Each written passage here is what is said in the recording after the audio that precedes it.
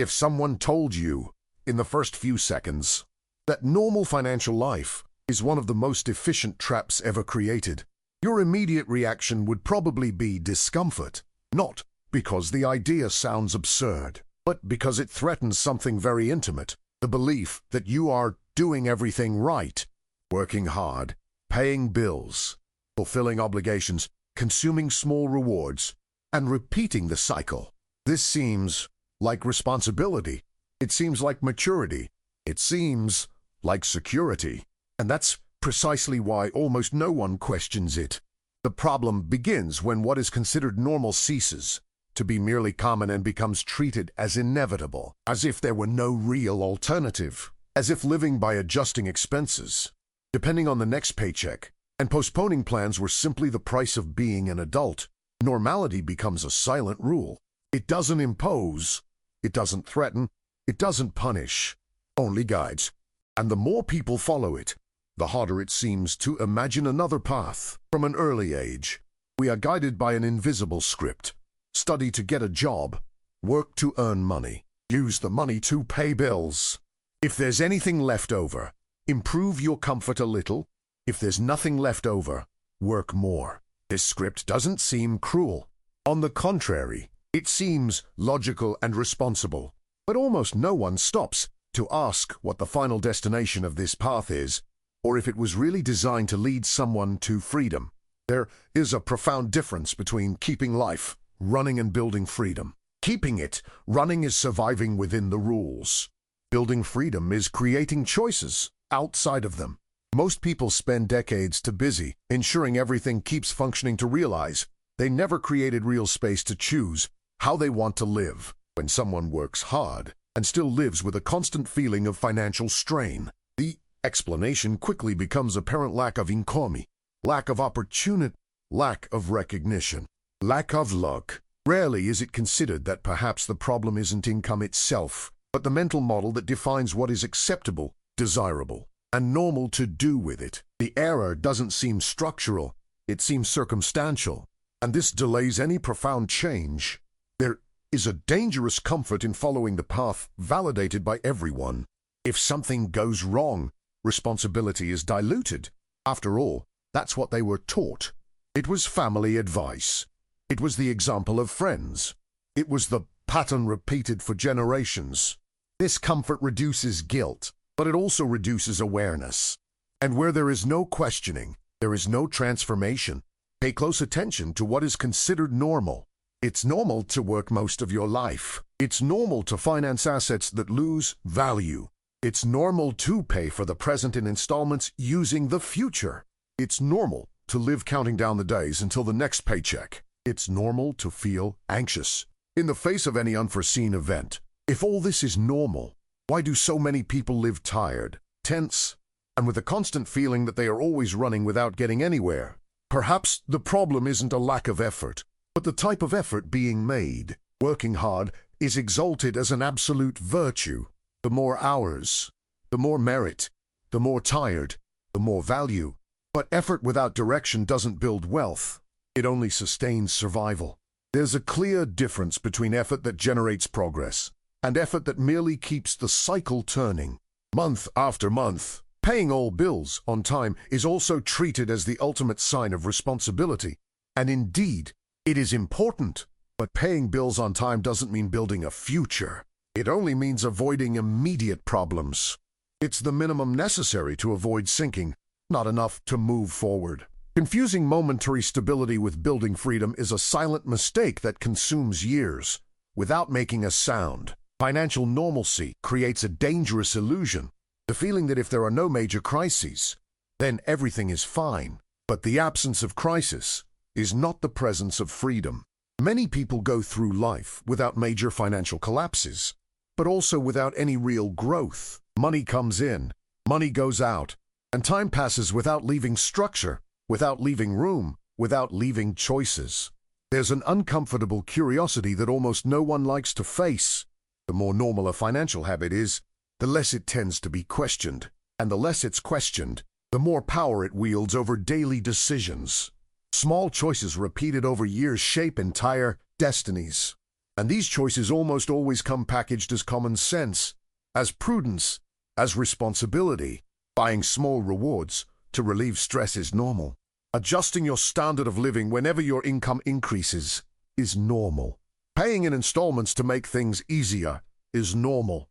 None of these decisions seems dangerous in isolation, but together they build a structure where money never creates a margin. It only sustains the rhythm. Life becomes a sequence of maintenance, not construction. There's a stark difference between being busy and making progress. Normal financial life is full of movement, bills, commitments, adjustments, worries, small decisions all the time, but it's devoid of direction. Everything moves, but nothing solidifies. Money passes through, but doesn't stay. The effort exists, but doesn't translate into real choice. Perhaps you've never done anything that anyone would call irresponsible. Perhaps you've simply followed instructions that were never meant to lead anyone to freedom. That's the hardest part to accept. There is no clear villain. There is no single big mistake. There is an entire pattern that needs to be honestly reviewed, even if it causes discomfort. If the path were obviously bad, it would be easy to reject it. But it's comfortable. It's validated. It promises security. It says you just have to keep going. Just one more effort. Just one more cycle. Just one more adjustment. And so the years go by. Income may even grow, but the feeling of tightness remains. The promise that things will get better later almost never materializes. There is something profoundly misleading about the idea that normality is neutral. It is not. It favors systems, not individuals. It creates predictability, not freedom. It works perfectly to keep everything as it is. And those who accept living within it without questioning also accept, even without realizing it, the invisible limits that come with it. Before discussing specific habits, debts, or strategies, there's a question that needs to keep echoing. What if your biggest financial obstacle isn't a lack of money, but the way you've learned to call normal life? Because the moment you accept normality without questioning it, you also accept living within boundaries you never consciously chose. And if that's true, then something even more unsettling is approaching. Because if the prison isn't in the big mistakes, but in common habits, that means that what seems harmless may be slowly and silently draining any chance of real progress.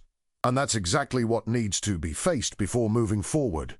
There comes a point when financial life ceases to be merely a matter of numbers and becomes a matter of identity. This moment doesn't happen abruptly. It doesn't come with a major wrong decision or an obvious collapse. It builds slowly, while the person believes they are simply living, keeping up with the pace, doing what is expected. When they realize it, consumption is no longer just about meeting needs, but about sustaining who they believe themselves to be. It all starts with simple, almost banal situations. A long day at work, constant pressure, never-ending goals, explicit and implicit demands.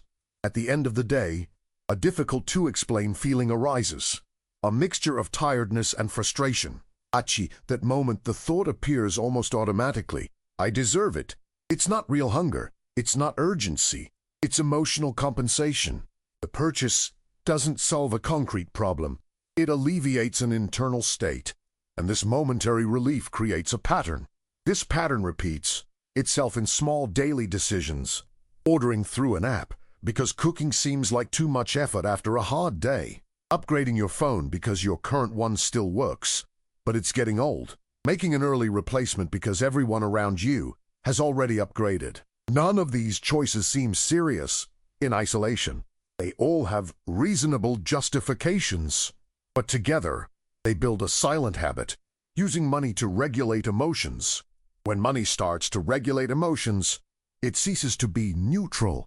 It transforms into a psychological tool. People begin to associate spending with relief, buying with rest, consumption with reward. The problem is that emotions return. Stress returns, fatigue accumulates, and consumption is triggered more and more often to produce the same effect, which lasts less and less. Over time, silent comparison comes into play, not the explicit kind, where someone admits envy or competition, but the automatic, almost unconscious comparison.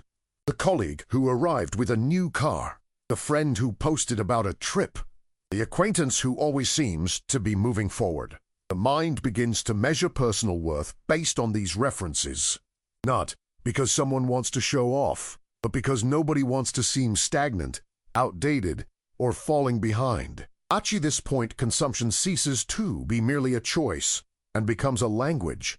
It communicates messages that are rarely spoken aloud. It communicates success, belonging, progress. It communicates that the person is keeping up with the pace. And the more they use consumption to communicate something to the world, the harder it becomes to stop. Because stopping consumption begins to feel like losing social space, losing relevance, losing identity. There's an extremely common story that illustrates this. Someone gets a raise or changes jobs. Income goes up in the first few months. There's relief. The feeling is one of victory, of recognition.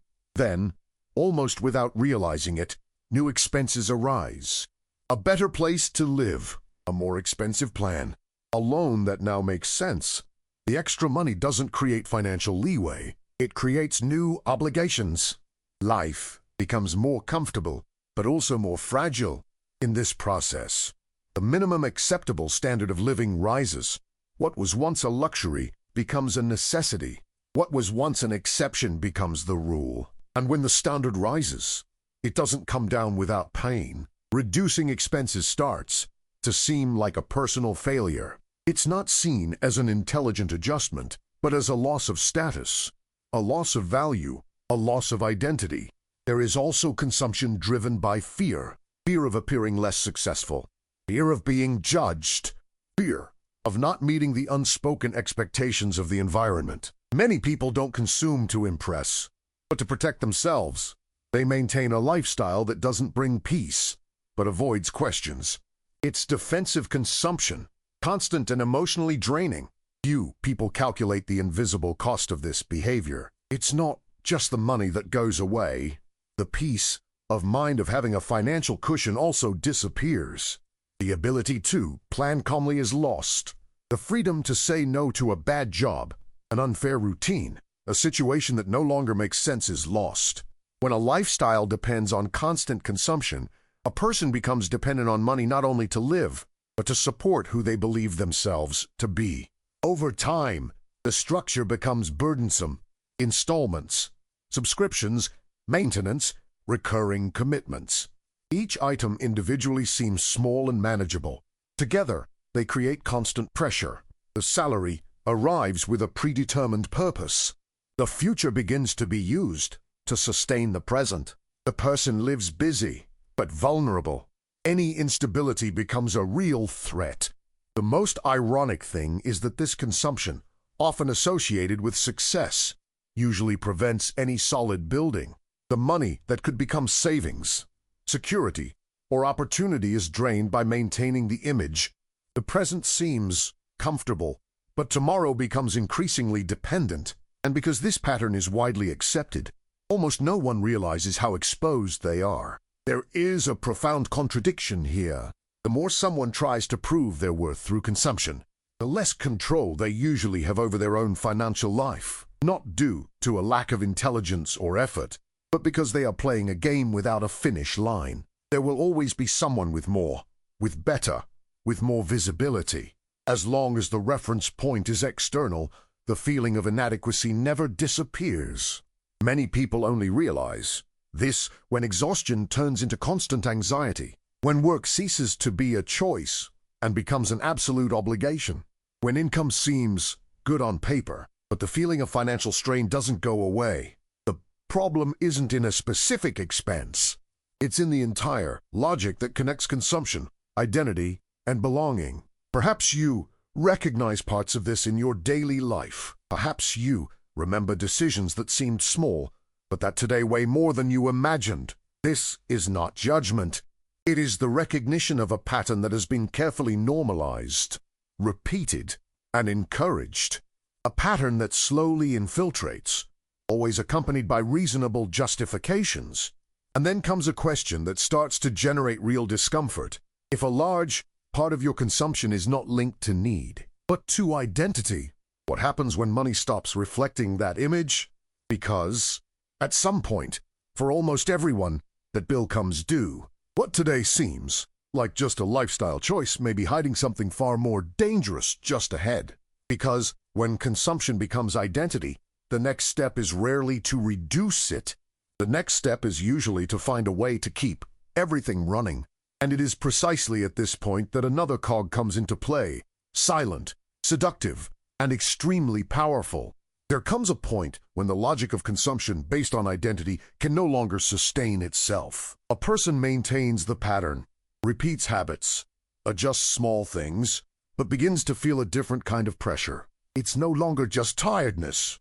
It's the constant feeling that money never quite keeps up with the life being lived. No matter how organized everything seems, something is always missing.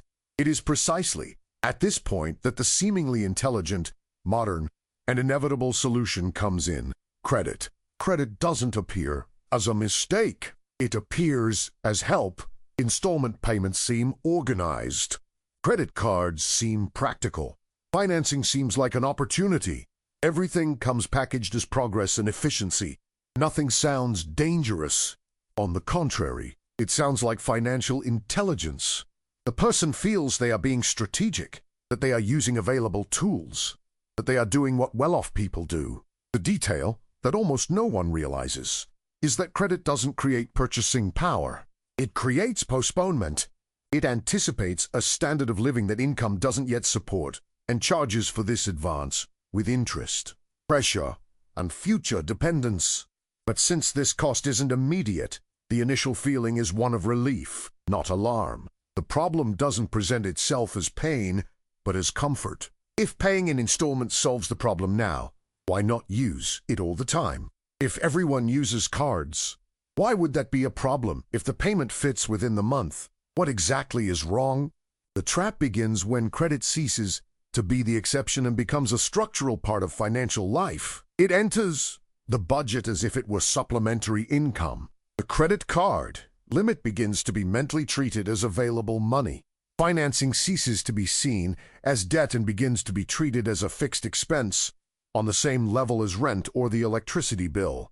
At this point, the person no longer decides whether to use credit. They only decide which credit they will use. There is a silent and profound shift in thinking. The question ceases to be, is it worth the price? And becomes, how much does it cost per month? This shift seems harmless, but it changes everything. The total cost disappears from consciousness. The long term vanishes from the equation. The focus becomes restricted to the immediate impact on the monthly budget. And when the long term disappears, debt grows without psychological resistance. Credit also creates a dangerous illusion of stability. As long as everything is being paid on time, there's a feeling of control. The person feels responsible, organized, and functional. But this control is fragile. It depends on a single condition. The income cannot fail. Any instability, even a small one, transforms manageable installments into constant pressure. What once seemed like a solution begins to reveal itself as a burden. Why does almost no one add up all the installments before taking on another one? Why does the future always seem so far away while the bill hasn't arrived yet? Why does the risk only become clear when the margin has already disappeared? The entire system was designed to make credit comfortable. The interfaces are simple. Approvals are quick. The messages are optimistic. Little is said about real interest rates, accumulated costs, or the psychological impact of ongoing debt. Everything is presented as access, ease, inclusion. The easier it is to get credit, the more normal it becomes to depend on it to keep up with the pace of life. Over time, a person begins to live in cycles. One credit card pays off another. An overdraft covers an unforeseen expense. An installment plan replaces a lack of savings. There's no room to breathe. Money comes in already committed. Salary ceases to be rent and becomes an automatic repayment for past decisions. The feeling of always being in a running game intensifies, even when income seems reasonable on paper. There's an important point here. Most people in debt don't consider themselves irresponsible. On the contrary, They pay everything on time, keep track of bills, do their calculations, and try to stay organized. The problem isn't a lack of discipline, but the structure they've built. When credit sustains one standard of living, any attempt to reduce it becomes a crisis. Cutting expenses doesn't solve the problem because the past is already taking its toll monthly. When did installment payments become automatic? At what point did debt stop being a warning sign and become something normal? How many decisions today are made simply to uphold choices made yesterday? Credit also distorts the perception of time. Long installments make commitments seem smaller. 30, 40, 60 months dilute the initial pain. But the psychological effect is profound. The person spends years paying for decisions that no longer make sense. The object has already lost value, the excitement is over, but the commitment remains. The past continues to consume the future. There's a silent effect that few realize. Credit reduces options. It limits future choices without asking permission. A bad job can't be refused. An interesting opportunity can't be seized. A necessary break can't be taken. Everything needs to keep running so that the installments keep being paid. Freedom is being exchanged for predictability. The most surprising thing is that in many cases income increases, but the feeling of financial strain remains. This happens because credit grows along with it. Higher limits, larger installments, bigger commitments. Debt adjusts to income like a shadow. No matter how much you earn, there's always something consuming the next month before it even begins. If earning more doesn't solve the problem, then what's the real solution?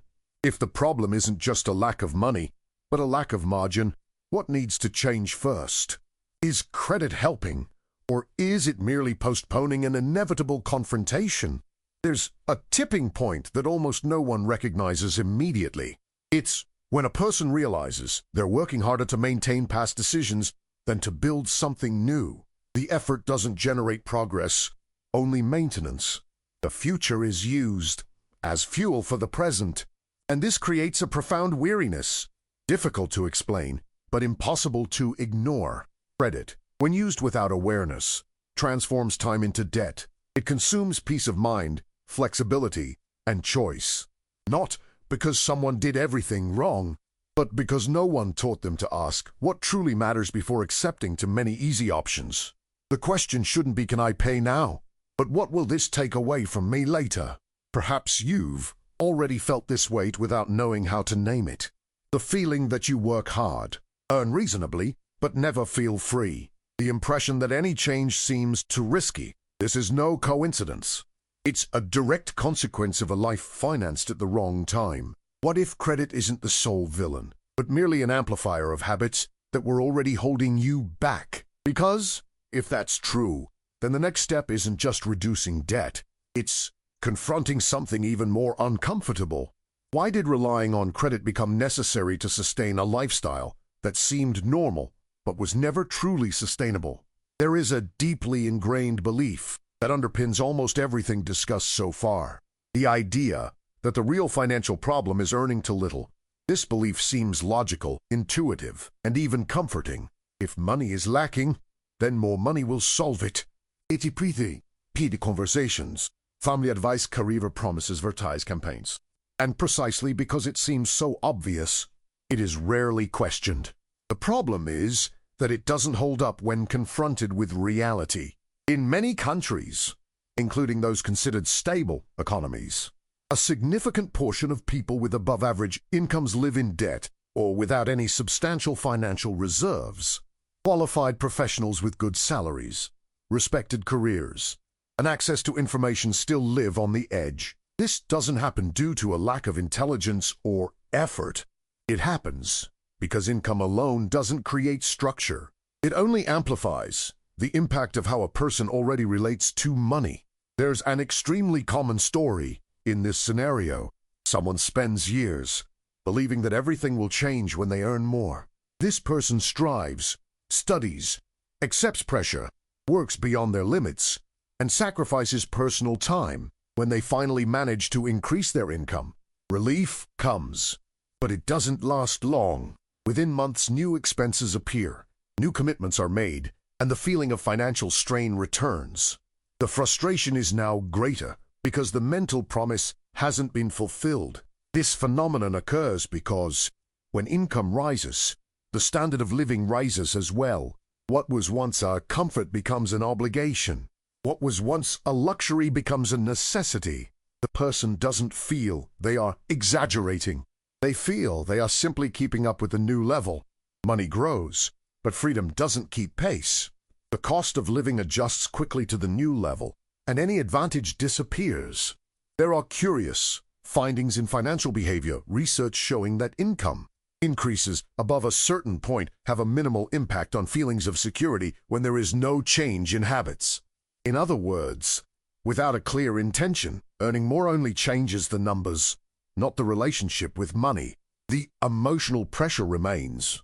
Only in a more expensive scenario, this happens because the central problem isn't the amount of income, but the mindset. It's how money is interpreted. People with a weak mindset see money as something that needs to be quickly converted into comfort, status, or emotional relief. People with a solid mindset see money as margin, option, and time. The difference isn't in how much you earn, but in what you do automatically when the money comes in. There is a stark contrast between two common behaviors. One professional receives an unexpected bonus and immediately thinks about how to improve their standard of living. Another receives the same amount and thinks about how to reduce future dependence. Both are competent, both work hard, but over the years, the results diverge dramatically. One earns more and feels trapped. The other creates space to make their own decisions. The most surprising thing is that many high-income people live under more financial stress than people who earn less, but maintain a margin. This happens because high commitments reduce flexibility. The higher the fixed costs, the greater the vulnerability. Life may seem comfortable on the outside, but internally it's always on edge. Any variation becomes a threat. There is also a powerful psychological factor in this process. When someone believes that the problem is simply earning more, they postpone difficult decisions. They don't cut expenses. They don't question habits. They don't revise patterns. They wait. They wait for the promotion. They wait for the opportunity. They wait for the next leap. Meanwhile, time passes and the same behaviors continue to produce the same results.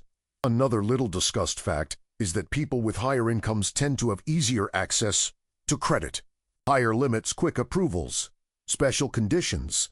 This creates an additional trap. The more you earn, the easier it is to compromise your future without realizing it. Credit adjusts to income and helps sustain the illusion of control, even when the financial structure is fragile. There's a story that repeats itself frequently.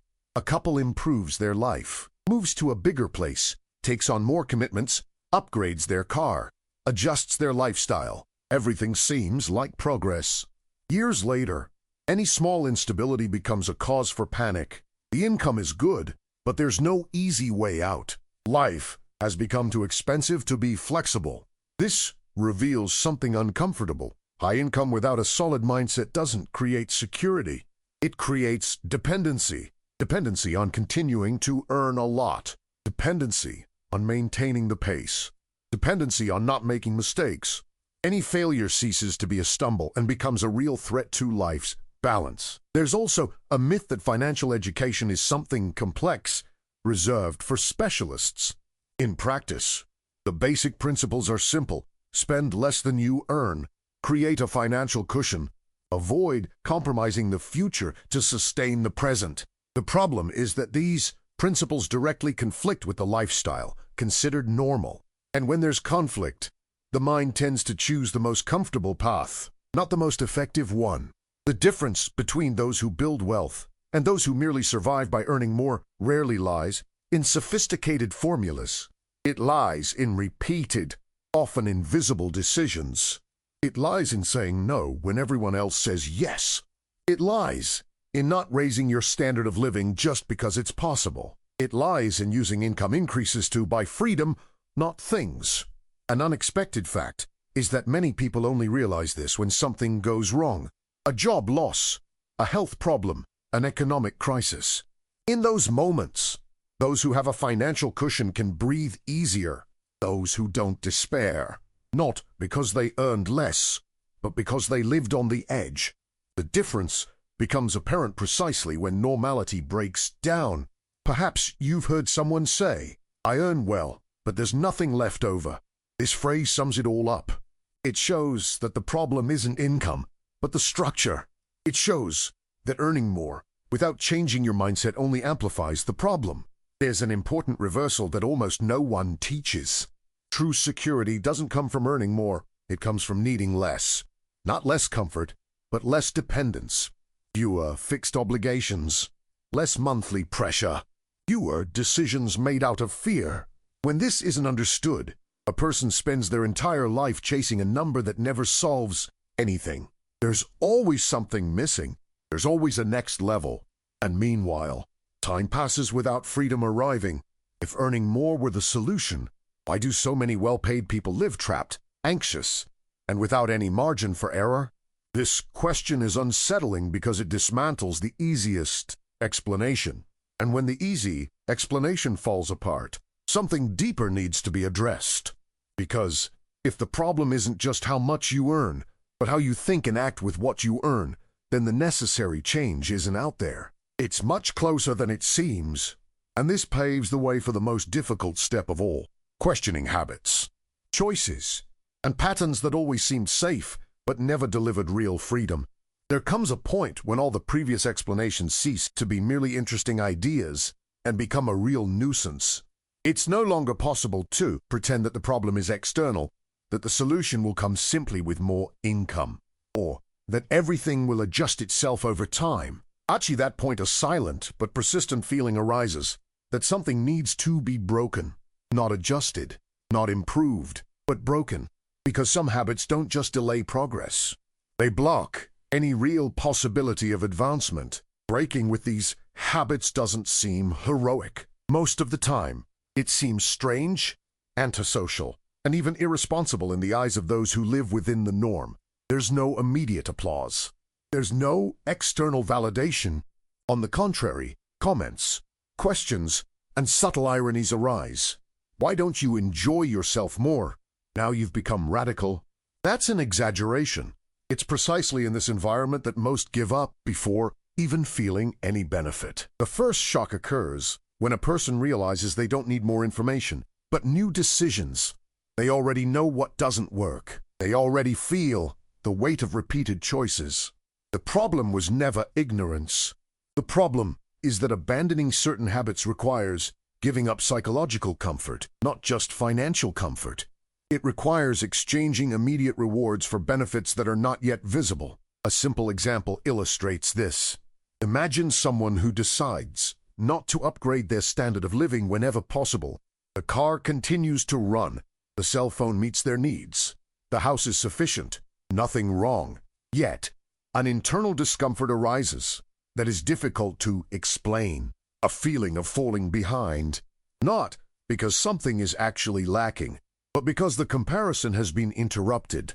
The mind, accustomed to the constant stimulus of better, reacts with anxiety. Another difficult habit to break is using money as an emotional regulator. For years, shopping has served as an escape valve for stress, frustration, and exhaustion. When this valve is closed, the emotions don't disappear. They remain exposed. The person needs to deal with them without financial anesthesia. This is one of the most challenging moments of change. Many prefer to maintain the bad habit rather than face this initial discomfort. There is also the break from constant installment payments. At first, this seems unfeasible. The person feels that nothing can be paid for upfront, but continuous installment payments create an illusion of access that hides the true cost of choices. When this habit is broken, a reality check occurs. Many things cease to seem accessible. This is interpreted as loss, when in fact it is simply clarity. For the first time, the real cost appears without makeup. Breaking bad financial habits also requires a change in your relationship with time. Normal financial life solves everything now and pushes the cost to later. Breaking with this means accepting discomfort in the present to gain freedom in the future. The brain resists this exchange. It prefers quick rewards to distant benefits. That's why, at first, the change seems wrong even when it's necessary. One of the most delicate moments in this transition occurs when a person begins to create a financial cushion, saving money, reducing commitments, building reserves. On the outside, this seems like prudence. On the inside, it jets fear. Fear of wasting opportunities. Fear of being too conservative. Fear of not enjoying life as they should. These fears are not rational. They arise because the person is ceasing to do what has always been considered normal. Social pressure intensifies this conflict. Friends, family, and colleagues rarely understand subtle changes. When someone stops tracking certain expenses, comments disguised as concern emerge. You've changed. Now you only think about money. Why so much control? Few realize that control is not imprisonment. Control is choice. But those who live without limits often confuse the two. Breaking bad habits also requires confronting one's own ego. It means admitting that some past decisions were not good, that certain patterns were followed out of convenience, fear, or imitation. This hurts. It's more comfortable to continue justifying the present than to acknowledge the need to correct the future. That's why so many people prefer to maintain bad habits rather than deal with this internal confrontation. There is a clear pattern observed in those who manage to get through this phase. In the beginning, life seems smaller. Less consumption, less stimulation, less movement. The financial silence is unsettling. But, little by little, something changes. Anxiety decreases. Decisions become clearer. The constant urgency begins to disappear. What once seemed like deprivation begins to be felt as lightness. Another key point is redefining what success means. As long as success is measured by appearance, consumption, and comparison, any change will seem like a loss.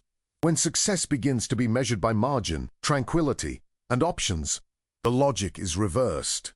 The person stops running to keep up with others and starts walking at their own pace, with less noise and more awareness. This transition doesn't happen all at once. It's made up of small, repeated decisions. Saying no to an impulse purchase, postponing an upgrade, questioning an automatic installment plan, reducing a fixed commitment. Each decision seems small and almost irrelevant, but together they create a powerful cumulative effect. For the first time, money begins to build something instead of just passing through your hands. There's a defining moment in this journey. It's when something unexpected happens and, for the first time, it doesn't cause panic. Not because the person got rich, but because they created a cushion.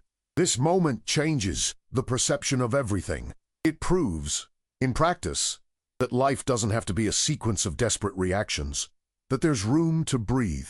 Breaking bad habits doesn't guarantee immediate wealth. That truth needs to be said. But it does guarantee something much rarer and more valuable: direction. The person starkles skirt, even if slowly. Progress ceases to be merely superficial and becomes structural.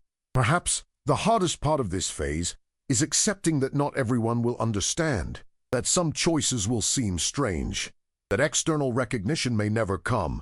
But, in return, something silent begins to solidify: autonomy, the ability to decide without constant fear of the next month, the next bill, or the next emergence. And it is precisely here that the story truly begins to change. Because after these habits are broken, after normality is questioned and left behind, a new space emerges. A space where deeper choices become possible, where money ceases to be the center of anxiety and becomes a real tool. This space is uncomfortable at first, but extremely powerful. And it is here that transformation ceases to be theoretical and finally begins to happen. There comes a point, after everything that has been said so far, when the content ceases to be mere information and begins to transform into something more intimate. It's no longer about isolated financial habits, nor about common mistakes, credit cards, debt, or consumption patterns. It's about realizing, with uncomfortable clarity, that much of life has been lived on autopilot, that many decisions were never truly conscious choices, but conditioned responses to a model that seemed too normal to be questioned. This moment doesn't usually come as a dramatic shock. It arrives silently. It arises as a feeling that's hard to ignore, a mixture of clarity and heaviness. The realization that the problem was never just money. It was direction. It was intention. It was spending years reacting to the next month, the next bill, the next commitment, without ever stopping where it was all leading. And here's something that needs to be said honestly and carefully. There's no blame involved. Most people weren't taught to think differently. They weren't encouraged to question standards. They didn't learn to build margin, time, and choice. They learned to function, to adapt, to survive. Recognizing this isn't weakness. It's maturity. It's the first real step to breaking the cycle. Transforming everything seen in this video into action doesn't require an immediate revolution, nor radical decisions made on impulse. It requires something simpler, quieter, and at the same time, more difficult, conscious presence. The plan begins with an internal decision, discreet, almost invisible to others, but profoundly powerful for the one who makes it. The decision to stop living on autopilot. The first practical step is to disrupt normalcy without announcing anything. Don't explain, don't justify, don't convince anyone. Just observe. Observe where the money is going. Observe which expenses exist solely to alleviate emotions. Observe how many decisions are made to maintain appearances, comparisons, or a sense of belonging. This stage doesn't require immediate action. It demands brutal honesty with oneself. Without that, any change becomes just a new illusion. The second step is to create space. Financial space and mental space. This me fixed Wimble, even if slowly. It's not about cutting everything at once, but about reversing the logic we've learned. Before, any increase in income became an increase in standard of living. Now, any small amount of extra money should become a margin. Margin to breathe, to make fewer mistakes, to avoid panicking when faced with unforeseen events. The third step is to redefine success in an intimate, not social, way. Success ceases to be what impresses and becomes what brings peace. Less anxiety, less dependence, less constant urgency, more clarity, more predictability, more options. This redefinition doesn't happen all at once. It begins when you realize that financial peace is worth more than external validation. The fourth step is learning to cope with emotional discomfort without financial anesthesia. This is perhaps the most difficult point in the entire process. It means accepting bad days without compensating with consumption. It means facing frustrations without buying relief in installments. It means discovering other ways to regulate emotions that don't involve spending money. At first, this feels empty.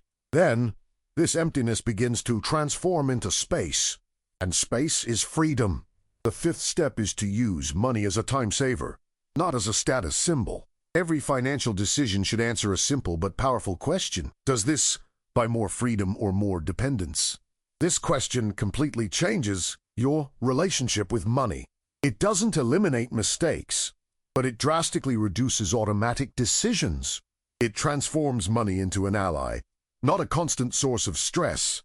It's important to understand something essential. This process doesn't make life perfect. It doesn't eliminate problems, difficulties, or unforeseen events. What it does is change the point from which you face all of this. Instead of always reacting from the edge, you start acting from the margins. And this change profoundly alters the experience of living. There's also a rarely discussed emotional aspect. This path can be lonely at first. Not everyone will understand. Some will downplay it. Others will be sarcastic. Some will try to pull you back into the comfortable pattern of normality. That's part of it, because when you stop living like everyone else, you also stop being comfortable for the system that depends on predictable people. Over time, something silent begins to happen. Decisions become simpler. Fear diminishes. The constant feeling of being behind disappears. Comparison loses its power. And, little by little, you realize that you are no longer chasing after life. You are walking with it at your own pace, with more awareness. This transformation doesn't appear in photos, advertisements, or motivational speeches. It appears in specific moments. On the day when something unexpected happens and you don't panic. On the day you can say no to something that doesn't make sense. On the day you realize that your choices no longer depend so much on the next paycheck or the next external approval. This video wasn't made to blame, scare, or promise magical solutions. It was made to raise awareness, because awareness precedes choice, choice precedes change, and change, when consistent, generates freedom. If something in this content bothered you, generated resistance, or made you stop and think, that's not a negative sign. It's a sign that something has begun to move within you. If you want to continue this process, you don't need to do everything today. You don't need to get everything right at once. Just don't forget what you've learned here. Simply start with a simple question before each decision. Does this bring me closer to freedom or keep me in the same place? If this video helped you see something you'd never stop to question, consider subscribing to the channel. This space exists to delve deeper into reflections like this, with honesty, without empty promises, and without unrealistic shortcuts.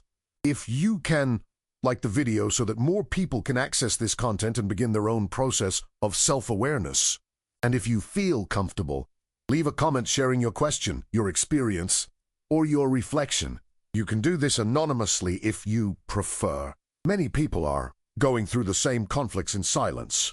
Sometimes, reading a comment is the first step for someone to realize they are not alone. Real change begins when normality stops seeming too comfortable to be accepted without question. And if you've made it this far, perhaps you've already taken the most important step of all that I've seen.